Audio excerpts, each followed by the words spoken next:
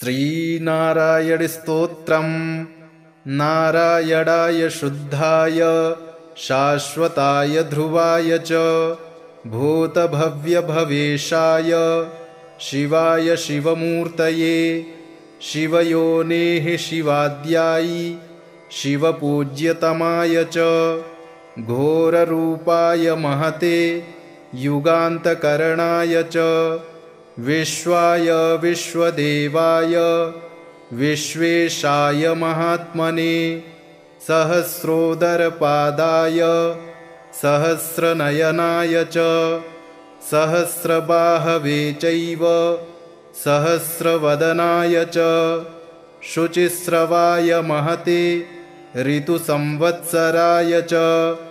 ऋग्यजुःसामवक्त्राय अथर्वशिरसे नमः ऋषिकेशाय कृष्णाय द्रुहिडोरुक्रमाय च बृहद्वेगाय तार्क्ष्याय वराहायैकशृङ्गिणे शिपिविष्टाय सत्याय हरयेथ शिखण्डिने हुताशायोर्ध्ववक्त्राय रौद्रानीकाय साधवे सिन्धवे सिन्धुवर्षघ्ने देवानां सिन्धवे नमः गरुत्मते त्रिनेत्राय सुधर्माय वृषाकृते सम्राडुग्रे संकृतये विरजे संभवे भवे वृषाय वृषरूपाय विभवे भूर्भुवाय च दीप्तसृष्टाय यज्ञाय स्थिराय स्थविराय च अच्युताय तुषाराय वीराय च समाय च जिष्णवे पुरुहूताय वसिष्ठाय वराय च सत्येशाय सुरेशाय हरयेथ शिखण्डिने बर्हिषाय वरेण्याय वसवे विश्ववेधसे किरीटिने सुकेशाय वासुदेवाय शुष्मिणे बृहद्दुग्ध्यसुषेणाय युग्मे दुन्दुभये तथा भये सखाय विभवे भरद्वाजाभयाय च भास्कराय च चन्द्राय पद्मनाभाय भूरिणे पुनर्वसुभृतत्वाय जीवप्रभविषाय च वषट्काराय स्वाहाय स्वधाय निधनाय च ऋचे च यजुषे साम्ने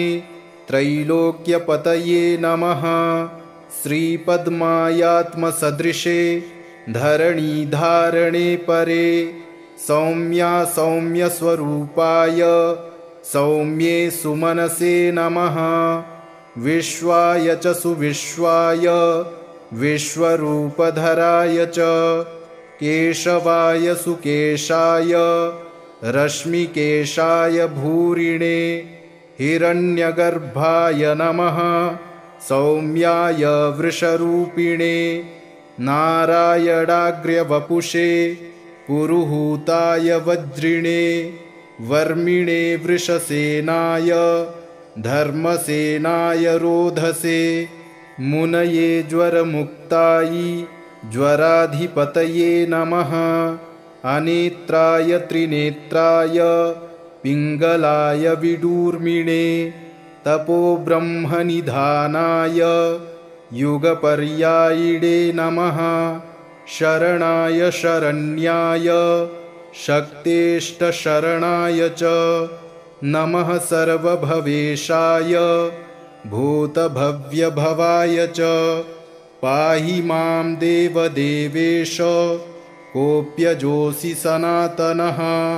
एवं गतोऽस्मि शरणं शरण्यं ब्रह्मयोनिनां स्तव्यं स्तवं स्तुतवतस्तत्तमो मे प्रणश्यत नारायणाय शुद्धाय शाश्वताय ध्रुवाय च भूतभव्यभवेशाय शिवाय शिवमूर्तये शिवयोनेः शिवाद्यायी शिवपूज्यतमाय च घोररूपाय महते युगान्तकरणाय च विश्वाय विश्वदेवाय विश्वेशाय महात्मने सहस्रोदरपादाय सहस्रनयनाय च सहस्रबाहवे चैव सहस्रवदनाय च शुचिस्रवाय महते ऋतुसंवत्सराय च ऋग्यजुःसामवक्त्राय अथर्वशिरसे नमः ऋषिकेशाय कृष्णाय द्रुहिडोरुक्रमाय च बृहद्वेगाय तार्क्ष्याय वराहायैकशृङ्गिणे शिपिविष्टाय सत्याय हरयेथ शिखण्डिने हुताशायोर्ध्ववक्त्राय रौद्रानीकाय साधवे सिन्धवे सिन्धुवर्षघ्ने देवानां सिन्धवे नमः गरुत्मते त्रिनेत्राय सुधर्माय वृषाकृते सम्राडुग्रे संकृतये विरजे संभवे भवे वृषाय वृषरूपाय विभवे भूर्भुवाय च दीप्तसृष्टाय यज्ञाय स्थिराय स्थविराय च अच्युताय तुषाराय वीराय च समाय च जिष्णवे पुरुहूताय वसिष्ठाय वराय च सत्येशाय सुरेशाय हरयेथ शिखण्डिने बर्हिषाय वरेण्याय वसवे विश्ववेधसे किरीटिने सुकेशाय वासुदेवाय शुष्मिणे बृहद्दुग्ध्यसुषेणाय युग्मे दुन्दुभये तथा भये सखाय विभवे भरद्वाजाभयाय च भास्कराय च चन्द्राय पद्मनाभाय भूरिणे पुनर्वसुभृतत्वाय जीवप्रभविषाय च वषट्काराय स्वाहाय स्वधाय निधनाय च ऋचे च यजुषे साम्ने त्रैलोक्यपतये नमः श्रीपद्मायात्मसदृशे धरणीधारणे परे सौम्या सौम्यस्वरूपाय सौम्ये सुमनसे नमः विश्वाय च सुविश्वाय विश्वरूपधराय च केशवाय सुकेशाय रश्मिकेशाय भूरिणे हिरण्यगर्भाय नमः सौम्याय वृषरूपिणे नारायणाग्र्यवपुषे पुरुहूताय वज्रिणे वर्मिणे वृषसेनाय धर्मसेनाय रोधसे मुनये ज्वरमुक्तायै ज्वराधिपतये नमः अनेत्राय त्रिनेत्राय पिङ्गलाय विडूर्मिणे तपोब्रह्मनिधानाय युगपर्यायिणे नमः शरणाय शरण्याय शक्तेष्टशरणाय च नमः सर्वभवेशाय भूतभव्यभवाय च पाहि मां देवदेवेश कोऽप्यजोऽसि सनातनः एवं गतोऽस्मि शरणं शरण्यं ब्रह्मयोनिनां स्तव्यं स्तवं स्तुतवतस्तत्तमो मे प्रणश्यत नारायणाय शुद्धाय शाश्वताय ध्रुवाय च भूतभव्यभवेशाय शिवाय शिवमूर्तये शिवयोनेः शिवाद्यायी शिवपूज्यतमाय च घोररूपाय महते युगान्तकरणाय च विश्वाय विश्वदेवाय विश्वेशाय महात्मने सहस्रोदरपादाय सहस्रनयनाय च सहस्रबाहवे चैव सहस्रवदनाय च शुचिस्रवाय महते ऋतुसंवत्सराय च ऋग्यजुःसामवक्त्राय अथर्वशिरसे नमः। ऋषिकेशाय कृष्णाय द्रुहिडोरुक्रमाय च बृहद्वेगाय तार्क्ष्याय वराहायैकशृङ्गिणे शिपिविष्टाय सत्याय हरयेथ शिखण्डिने हुताशायोर्ध्ववक्त्राय रौद्रानीकाय साधवे सिन्धवे सिन्धुवर्षघ्ने देवानां सिन्धवे नमः। गरुत्मते त्रिनेत्राय सुधर्माय वृषाकृते सम्राडुग्रे संकृतये विरजे संभवे भवे वृषाय वृषरूपाय विभवे भूर्भुवाय च दीप्तसृष्टाय यज्ञाय स्थिराय स्थविराय च अच्युताय तुषाराय वीराय च समाय च जिष्णवे पुरुहूताय वसिष्ठाय वराय च सत्येशाय सुरेशाय हरयेथ शिखण्डिने बर्हिषाय वरेण्याय वसवे विश्ववेधसे किरीटिने सुकेशाय वासुदेवाय शुष्मिणे बृहद्दुग्ध्यसुषेणाय युग्मे दुन्दुभये तथा भये सखाय विभवे भरद्वाजाभयाय च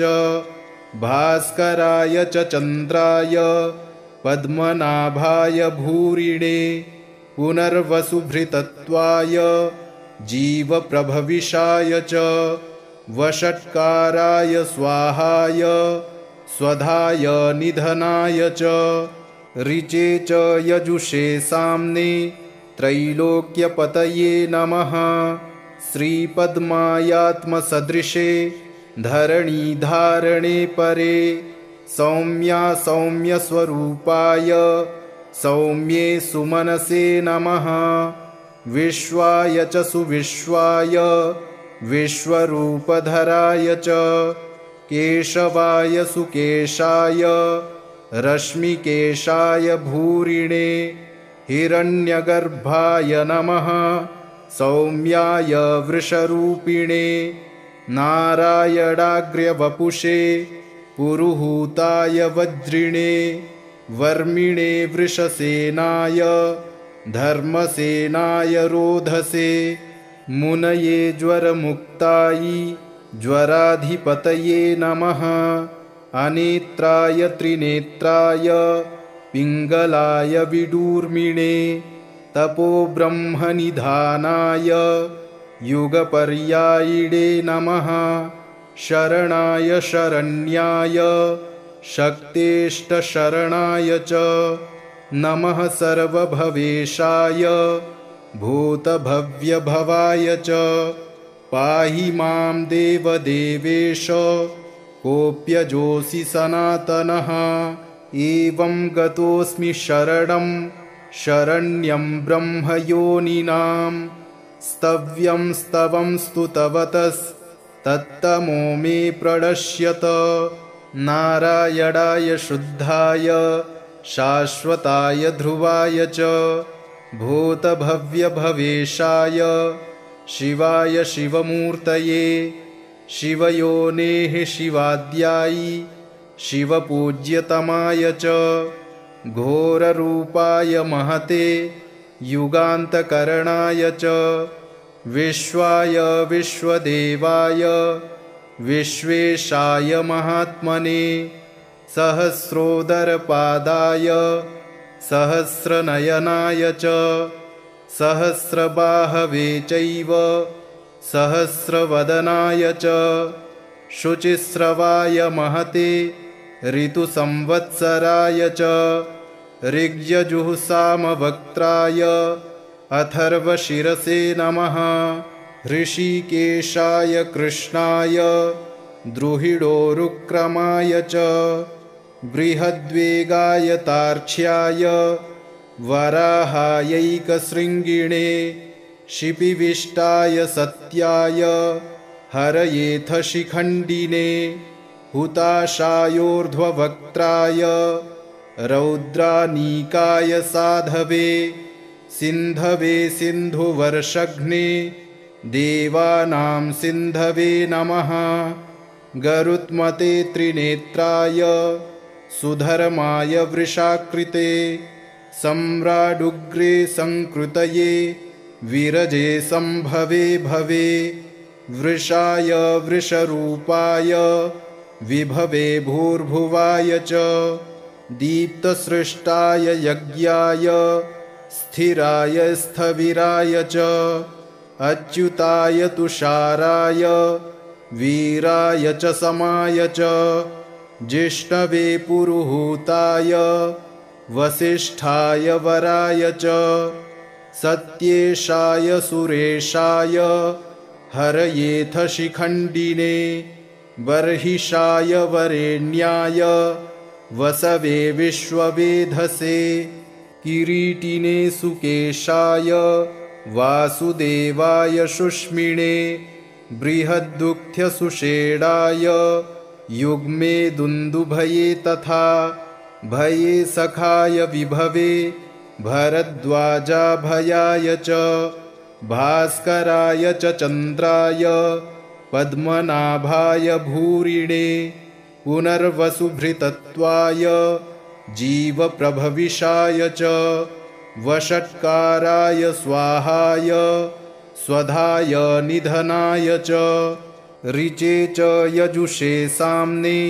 त्रैलोक्यपतये नमः श्रीपद्मायात्मसदृशे धरणीधारणे परे सौम्या सौम्यस्वरूपाय सौम्ये सुमनसे नमः विश्वाय च सुविश्वाय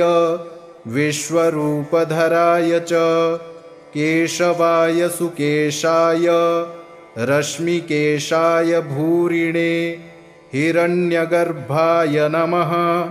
सौम्याय वृषरूपिणे नारायणाग्र्यवपुषे पुरुहूताय वज्रिणे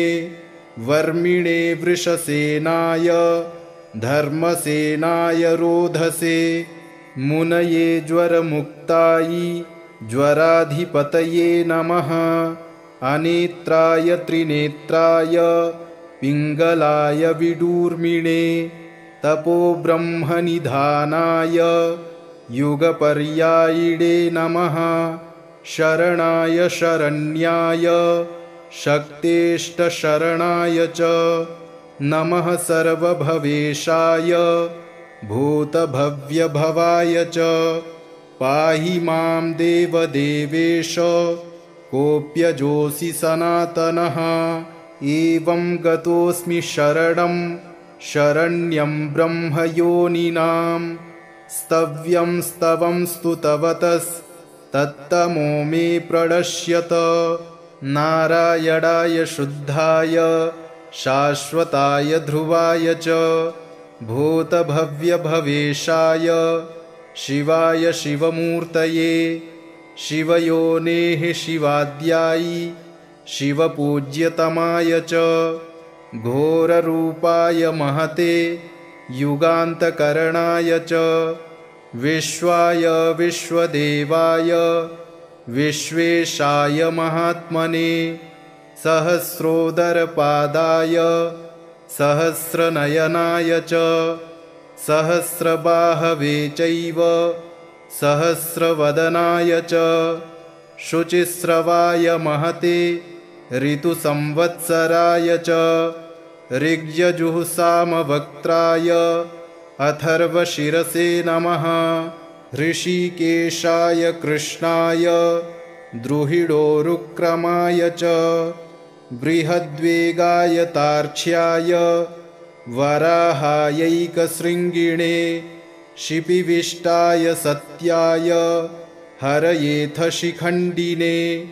हुताशायोर्ध्ववक्त्राय रौद्रानीकाय साधवे सिन्धवे सिन्धुवर्षघ्ने देवानां सिन्धवे नमः। गरुत्मते त्रिनेत्राय सुधर्माय वृषाकृते सम्राडुग्रे संकृतये विरजे संभवे भवे। वृषाय वृषरूपाय विभवे भूर्भुवाय च दीप्तसृष्टाय यज्ञाय स्थिराय स्थविराय च अच्युताय तुषाराय वीराय च समाय च जिष्णवे पुरुहूताय वसिष्ठाय वराय च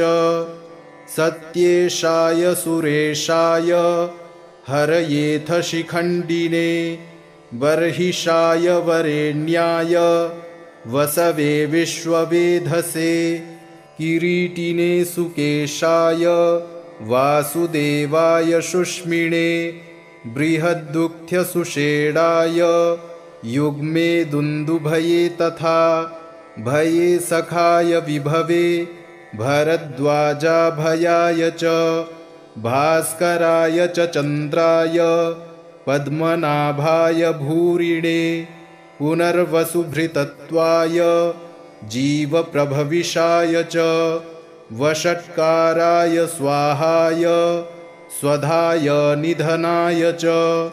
ऋचे च यजुषे साम्ने त्रैलोक्यपतये नमः। श्रीपद्मायात्मसदृशे धरणीधारणे परे सौम्या सौम्यस्वरूपाय सौम्ये सुमनसे नमः। विश्वाय च सुविश्वाय विश्वरूपधराय च केशवाय सुकेशाय रश्मिकेशाय भूरिणे हिरण्यगर्भाय नमः। सौम्याय वृषरूपिणे नारायणाग्र्यवपुषे पुरुहूताय वज्रिणे वर्मिणे वृषसेनाय धर्मसेनाय रोधसे मुनये ज्वरमुक्तायै ज्वराधिपतये नमः। अनेत्राय त्रिनेत्राय पिङ्गलाय विडूर्मिणे तपोब्रह्मनिधानाय युगपर्यायिणे नमः। शरणाय शरण्याय शक्तेष्टशरणाय च नमः। सर्वभवेशाय भूतभव्यभवाय च पाहि मां देवदेवेश कोऽप्यजोऽसि सनातनः। एवं गतोऽस्मि शरणं शरण्यं ब्रह्मयोनिनां स्तव्यं स्तवं स्तुतवतस्तत्तमो मे प्रणश्यत। नारायणाय शुद्धाय शाश्वताय ध्रुवाय च भूतभव्यभवेशाय शिवाय शिवमूर्तये शिवयोनेः शिवाद्यायि शिवपूज्यतमाय च घोररूपाय महते युगान्तकरणाय च विश्वाय विश्वदेवाय विश्वेशाय महात्मने सहस्रोदरपादाय सहस्रनयनाय च सहस्रबाहवे चैव सहस्रवदनाय च शुचिस्रवाय महते ऋतुसंवत्सराय च ऋग्यजुःसामवक्त्राय अथर्वशिरसे नमः। ऋषिकेशाय कृष्णाय द्रुहिडोरुक्रमाय च बृहद्वेगाय तार्क्ष्याय वराहायैकशृङ्गिणे शिपिविष्टाय सत्याय हरयेथ शिखण्डिने हुताशायोर्ध्ववक्त्राय रौद्रानीकाय साधवे सिन्धवे सिन्धुवर्षघ्ने देवानां सिन्धवे नमः। गरुत्मते त्रिनेत्राय सुधर्माय वृषाकृते सम्राडुग्रे संकृतये विरजे संभवे भवे वृषाय वृषरूपाय विभवे भूर्भुवाय च दीप्तसृष्टाय यज्ञाय स्थिराय स्थविराय च अच्युताय तुषाराय वीराय च समाय च जिष्णवे पुरुहूताय वसिष्ठाय वराय च सत्येशाय सुरेशाय हरयेथ शिखण्डिने बर्हिषाय वरेण्याय वसवे विश्ववेधसे किरीटिने सुकेशाय वासुदेवाय शुष्मिणे बृहद्दुःख्यसुषेणाय युग्मे दुन्दुभये तथा भये सखाय विभवे भरद्वाजाभयाय च भास्कराय च चन्द्राय पद्मनाभाय भूरिणे पुनर्वसुभृतत्वाय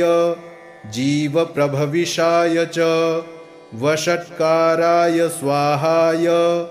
स्वधाय निधनाय च ऋचे च यजुषे साम्ने त्रैलोक्यपतये नमः श्रीपद्मायात्मसदृशे धरणीधारणे परे सौम्या सौम्यस्वरूपाय सौम्ये सुमनसे नमः विश्वाय च सुविश्वाय विश्वरूपधराय च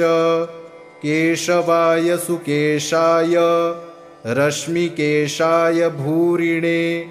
हिरण्यगर्भाय नमः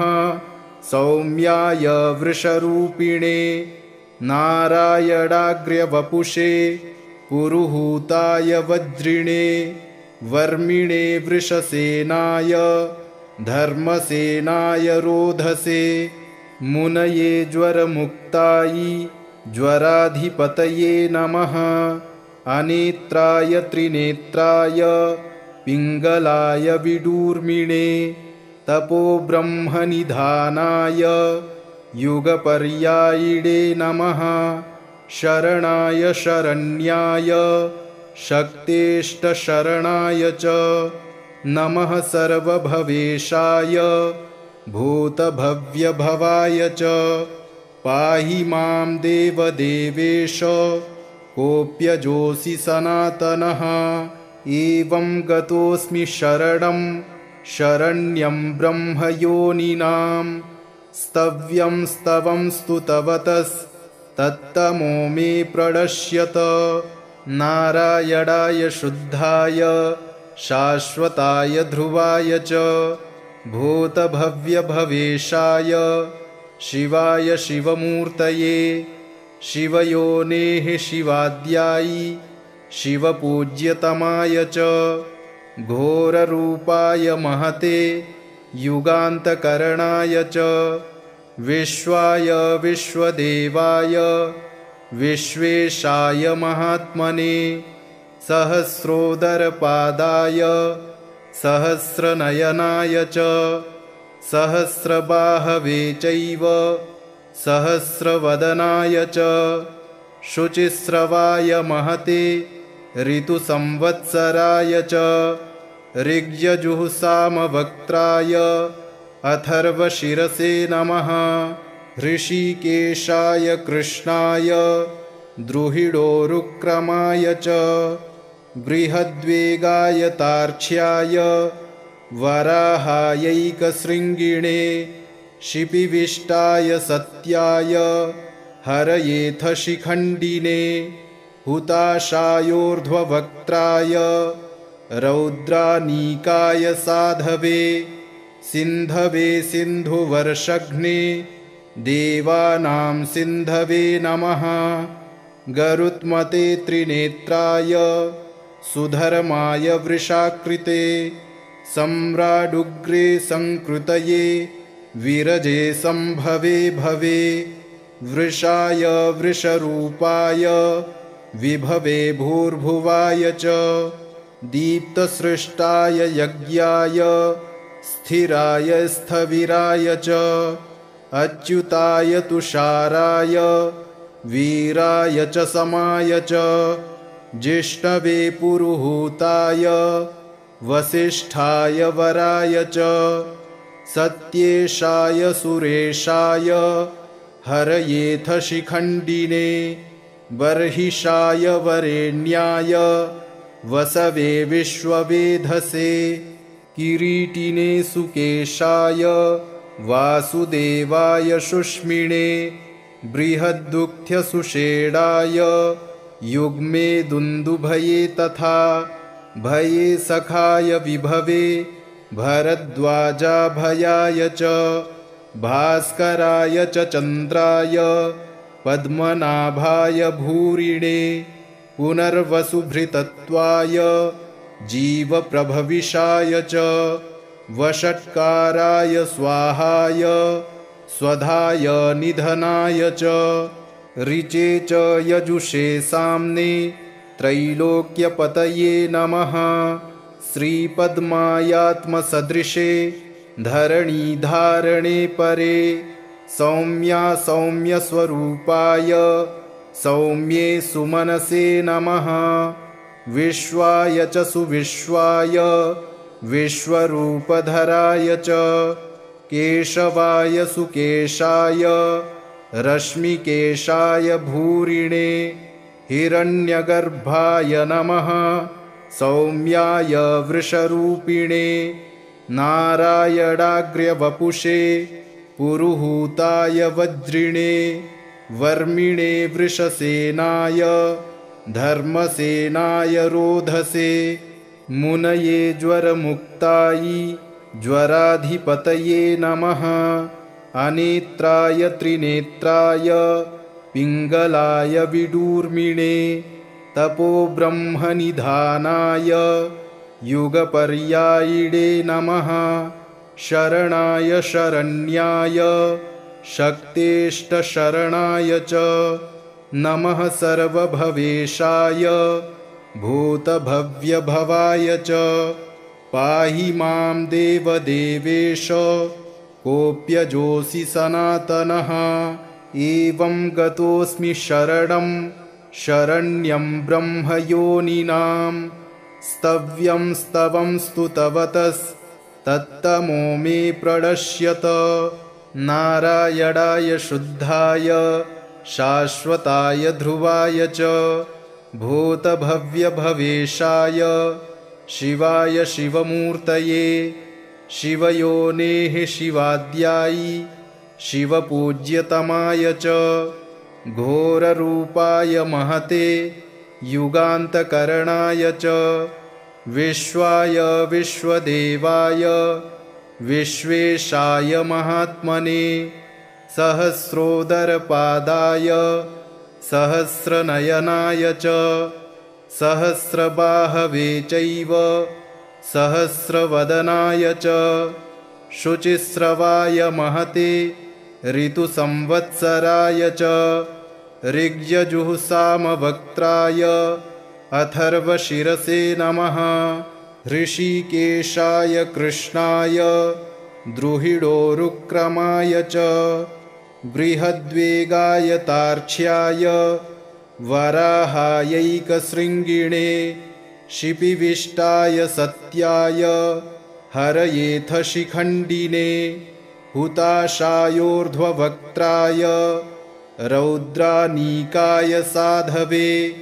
सिन्धवे सिन्धुवर्षघ्ने देवानां सिन्धवे नमः गरुत्मते त्रिनेत्राय सुधर्माय वृषाकृते सम्राडुग्रे संकृतये विरजे संभवे भवे वृषाय वृषरूपाय विभवे भूर्भुवाय च दीप्तसृष्टाय यज्ञाय स्थिराय स्थविराय च अच्युताय तुषाराय वीराय च समाय च जिष्णवे पुरुहूताय वसिष्ठाय वराय च सत्येशाय सुरेशाय हरयेथ शिखण्डिने बर्हिषाय वरेण्याय वसवे विश्ववेधसे किरीटिने सुकेशाय वासुदेवाय शुष्मिणे बृहद्दुःख्यसुषेणाय युग्मे दुन्दुभये तथा भये सखाय विभवे भरद्वाजाभयाय च भास्कराय च चन्द्राय पद्मनाभाय भूरिणे पुनर्वसुभृतत्वाय जीवप्रभविषाय च वषट्काराय स्वाहाय स्वधाय निधनाय च ऋचे च यजुषे साम्ने त्रैलोक्यपतये नमः श्रीपद्मायात्मसदृशे धरणीधारणे परे सौम्या सौम्यस्वरूपाय सौम्ये सुमनसे नमः विश्वाय च सुविश्वाय विश्वरूपधराय च केशवाय सुकेशाय रश्मिकेशाय भूरिणे हिरण्यगर्भाय नमः सौम्याय वृषरूपिणे नारायणाग्र्यवपुषे पुरुहूताय वज्रिणे वर्मिणे वृषसेनाय धर्मसेनाय रोधसे मुनये ज्वरमुक्तायै ज्वराधिपतये नमः अनेत्राय त्रिनेत्राय पिङ्गलाय विडूर्मिणे तपोब्रह्मनिधानाय युगपर्यायिणे नमः शरणाय शरण्याय शक्तेष्टशरणाय च नमः सर्वभवेशाय भूतभव्यभवाय च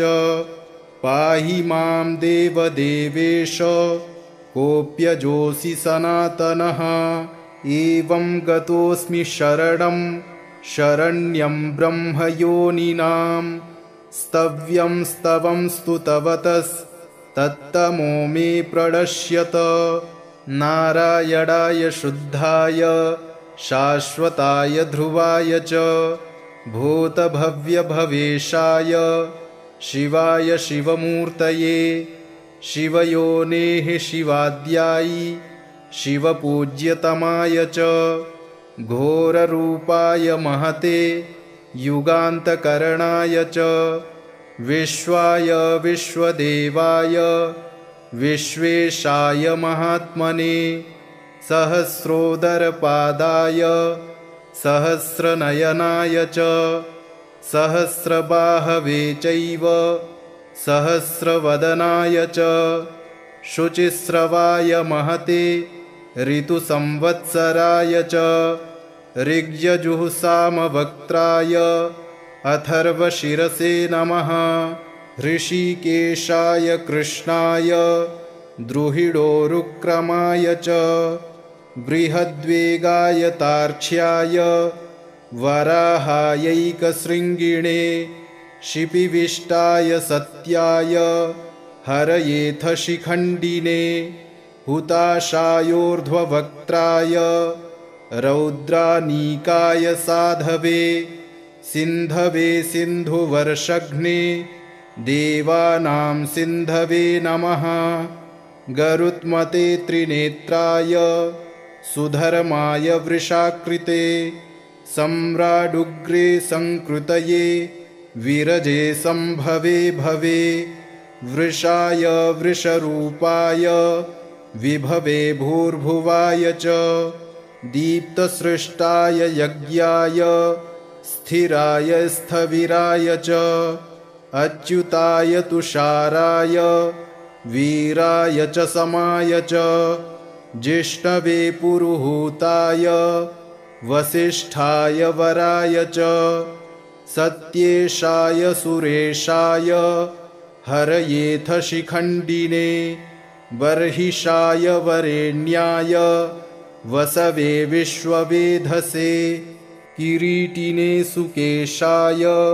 वासुदेवाय शुष्मिणे बृहद्दुःख्यसुषेणाय युग्मे दुन्दुभये तथा भये सखाय विभवे भरद्वाजाभयाय च भास्कराय च चन्द्राय पद्मनाभाय भूरिणे पुनर्वसुभृतत्वाय जीवप्रभविषाय च वषट्काराय स्वाहाय स्वधाय निधनाय च ऋचे च यजुषे साम्ने त्रैलोक्यपतये नमः। श्रीपद्मायात्मसदृशे धरणीधारणे परे सौम्या सौम्यस्वरूपाय सौम्ये सुमनसे नमः। विश्वाय च सुविश्वाय विश्वरूपधराय च केशवाय सुकेशाय रश्मिकेशाय भूरिणे हिरण्यगर्भाय नमः। सौम्याय वृषरूपिणे नारायणाग्र्यवपुषे पुरुहूताय वज्रिणे वर्मिणे वृषसेनाय धर्मसेनाय रोधसे मुनये ज्वरमुक्तायै ज्वराधिपतये नमः। अनेत्राय त्रिनेत्राय पिङ्गलाय विडूर्मिणे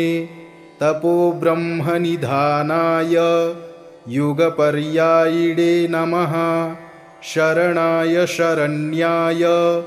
शक्तेष्टशरणाय च नमः। सर्वभवेशाय भूतभव्यभवाय च पाहि मां देवदेवेश कोऽप्यजोऽसि सनातनः। एवं गतोऽस्मि शरणं शरण्यं ब्रह्मयोनिनां स्तव्यं स्तवं स्तुतवतस्तत्तमो मे प्रणश्यत। नारायणाय शुद्धाय शाश्वताय ध्रुवाय च भूतभव्यभवेशाय शिवाय शिवमूर्तये शिवयोनेः शिवाद्यायि शिवपूज्यतमाय च घोररूपाय महते युगान्तकरणाय च विश्वाय विश्वदेवाय विश्वेशाय महात्मने सहस्रोदरपादाय सहस्रनयनाय च सहस्रबाहवे चैव सहस्रवदनाय च शुचिस्रवाय महते ऋतुसंवत्सराय च ऋग्यजुःसामवक्त्राय अथर्वशिरसे नमः। ऋषिकेशाय कृष्णाय द्रुहिडोरुक्रमाय च बृहद्वेगाय तार्क्ष्याय वराहायैकशृङ्गिणे शिपिविष्टाय सत्याय हरयेथ शिखण्डिने हुताशायोर्ध्ववक्त्राय रौद्रानीकाय साधवे सिन्धवे सिन्धुवर्षघ्ने देवानां सिन्धवे नमः। गरुत्मते त्रिनेत्राय सुधर्माय वृषाकृते सम्राडुग्रे संकृतये विरजे संभवे भवे वृषाय वृषरूपाय विभवे भूर्भुवाय च दीप्तसृष्टाय यज्ञाय स्थिराय स्थविराय च अच्युताय तुषाराय वीराय च समाय च जिष्णवे पुरुहूताय वसिष्ठाय वराय च सत्येशाय सुरेशाय हरयेथ शिखण्डिने बर्हिषाय वरेण्याय वसवे विश्ववेधसे किरीटिने सुकेशाय वासुदेवाय शुष्मिणे बृहद्दुःख्यसुषेणाय युग्मे दुन्दुभये तथा भये सखाय विभवे भरद्वाजाभयाय च भास्कराय च चन्द्राय पद्मनाभाय भूरिणे पुनर्वसुभृतत्वाय जीवप्रभविषाय च वषट्काराय स्वाहाय स्वधाय निधनाय च ऋचे च यजुषे साम्ने त्रैलोक्यपतये नमः। श्रीपद्मायात्मसदृशे धरणीधारणे परे सौम्या सौम्यस्वरूपाय सौम्ये सुमनसे नमः। विश्वाय च सुविश्वाय विश्वरूपधराय च केशवाय सुकेशाय रश्मिकेशाय भूरिणे हिरण्यगर्भाय नमः। सौम्याय वृषरूपिणे नारायणाग्र्यवपुषे पुरुहूताय वज्रिणे वर्मिणे वृषसेनाय धर्मसेनाय रोधसे मुनये ज्वरमुक्तायै ज्वराधिपतये नमः। अनेत्राय त्रिनेत्राय पिङ्गलाय विडूर्मिणे तपोब्रह्मनिधानाय युगपर्यायिणे नमः। शरणाय शरण्याय शक्तेष्टशरणाय च नमः। सर्वभवेशाय भूतभव्यभवाय च पाहि मां देवदेवेश कोऽप्यजोऽसि सनातनः। एवं गतोऽस्मि शरणं शरण्यं ब्रह्मयोनिनां स्तव्यं स्तवं स्तुतवतस्तत्तमो मे प्रणश्यत। नारायणाय शुद्धाय शाश्वताय ध्रुवाय च भूतभव्यभवेशाय शिवाय शिवमूर्तये शिवयोनेः शिवाद्यायि शिवपूज्यतमाय च घोररूपाय महते युगान्तकरणाय च विश्वाय विश्वदेवाय विश्वेशाय महात्मने सहस्रोदरपादाय सहस्रनयनाय च सहस्रबाहवे चैव सहस्रवदनाय च शुचिस्रवाय महते ऋतुसंवत्सराय च ऋग्यजुःसामवक्त्राय अथर्वशिरसे नमः। ऋषिकेशाय कृष्णाय द्रुहिडोरुक्रमाय च बृहद्वेगाय तार्क्ष्याय वराहायैकशृङ्गिणे शिपिविष्टाय सत्याय हरयेथ शिखण्डिने हुताशायोर्ध्ववक्त्राय रौद्रानीकाय साधवे सिन्धवे सिन्धुवर्षघ्ने देवानां सिन्धवे नमः। गरुत्मते त्रिनेत्राय सुधर्माय वृषाकृते सम्राडुग्रे संकृतये विरजे संभवे भवे वृषाय वृषरूपाय विभवे भूर्भुवाय च दीप्तसृष्टाय यज्ञाय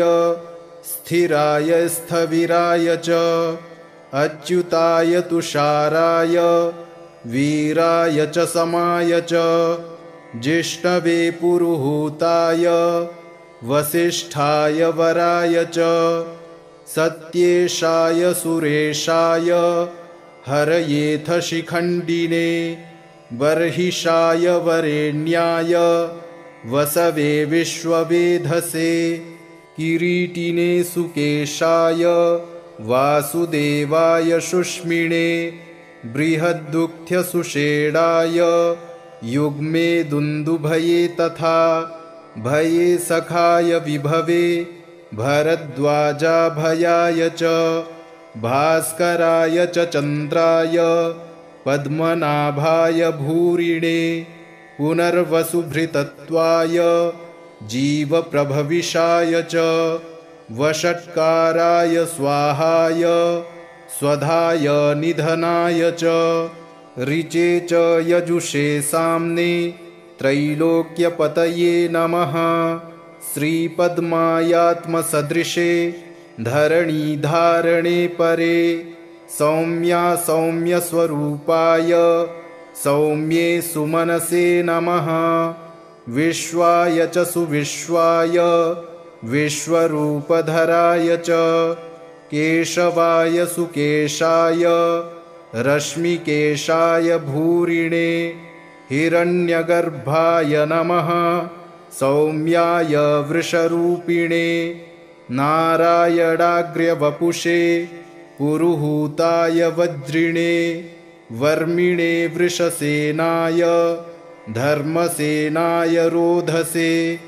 मुनये ज्वरमुक्तायै ज्वराधिपतये नमः अनेत्राय त्रिनेत्राय पिङ्गलाय विडूर्मिणे तपोब्रह्मनिधानाय युगपर्यायिणे नमः शरणाय शरण्याय शक्तेष्टशरणाय च नमः सर्वभवेशाय भूतभव्यभवाय च पाहि मां देवदेवेश कोऽप्यजोऽसि सनातनः एवं गतोऽस्मि शरणं शरण्यं ब्रह्मयोनिनां स्तव्यं स्तवं स्तुतवतस्तत्तमो मे प्रणश्यत इति श्रीमन्महाभारते अनुशासनपर्वणि नारायणस्तोत्रं सम्पूर्णम्।